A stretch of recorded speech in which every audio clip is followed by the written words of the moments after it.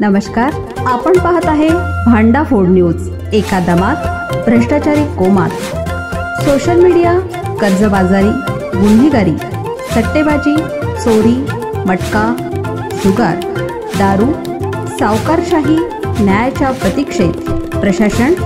भांडाफोड news, एका दमात भ्रष्टाचारी कोमात। चंदगडमधील दोघांना अवैध गोवा बनावट दारूसह अटक, पाठलाग करून कार पकडले। बेकायदा गोवा बनावटीची दारू वाहतूक करताना आंबोली पोलिसांनी पाठलाग करून कोल्हापूर येथील दोघांना ताब्यात घेतलाय। त्यांच्याकडून 1 लाखांच्या दारूसह 5 लाखांची कार असा 6 लाखांचा मुद्देमाल जप्त करण्यात आला।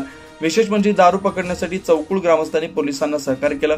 त्या ठिकाणी रास्ता ब्लॉक करून गाडी अडवण्यासाठी मदत केली। सतीश भीमराव आर्दळकर, वय 37, राहणार अडकूर, चंदगड, कोल्हापूर।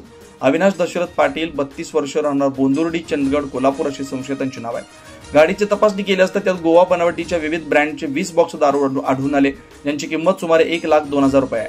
दारूसह 5 लाख रुपये किमतीची इनोव्हा गाडी असा एकूण 6,02,000 रुपयांचा मुद्देमाल पोलिसांनी जप्त केला। या प्रकरणी पोलिसांनी दोघांना ताब्यात घेतलाय। त्यांचा पंचनामा करण्यात येऊन गुन्हा नोंद करण्याची व अटकेची कारवाई सुरू आहे। ही कारवाई पोलीस अधीक्षक doctor Mohan Dahikar, upper police अधीक्षक नयोमी साटम आणि उपविभागीय पोलीस अधिकारी विनोद कांबळे यांच्या मार्गदर्शनाखाली सावंतवाडी पोलीस निरीक्षक अमोल चव्हाण यांच्या नेतृत्वाखाली पथकाने केले।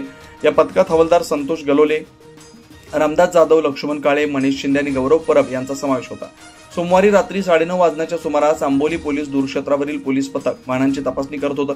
यावेळी कार सावंतवाडीकडून कोल्हापूरच्या दिशेने येत असताना पोलिसांनी तिला थांबवण्याचा प्रयत्न केला, मात्र चालकाने न थांबता गाडी वेगाने पळवून नेली।